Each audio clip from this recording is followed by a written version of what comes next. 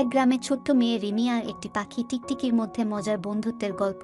রিমি ছিল গ্রাম থেকে একটু দূরে থাকা বনের পাশে বসবাসকারী এক সাধারণ মেয়ে। তার সবচেয়ে প্রিয় সময় ছিল বিকেলের দিকে বনের পাশে বসে পাখিদের গান শোনা।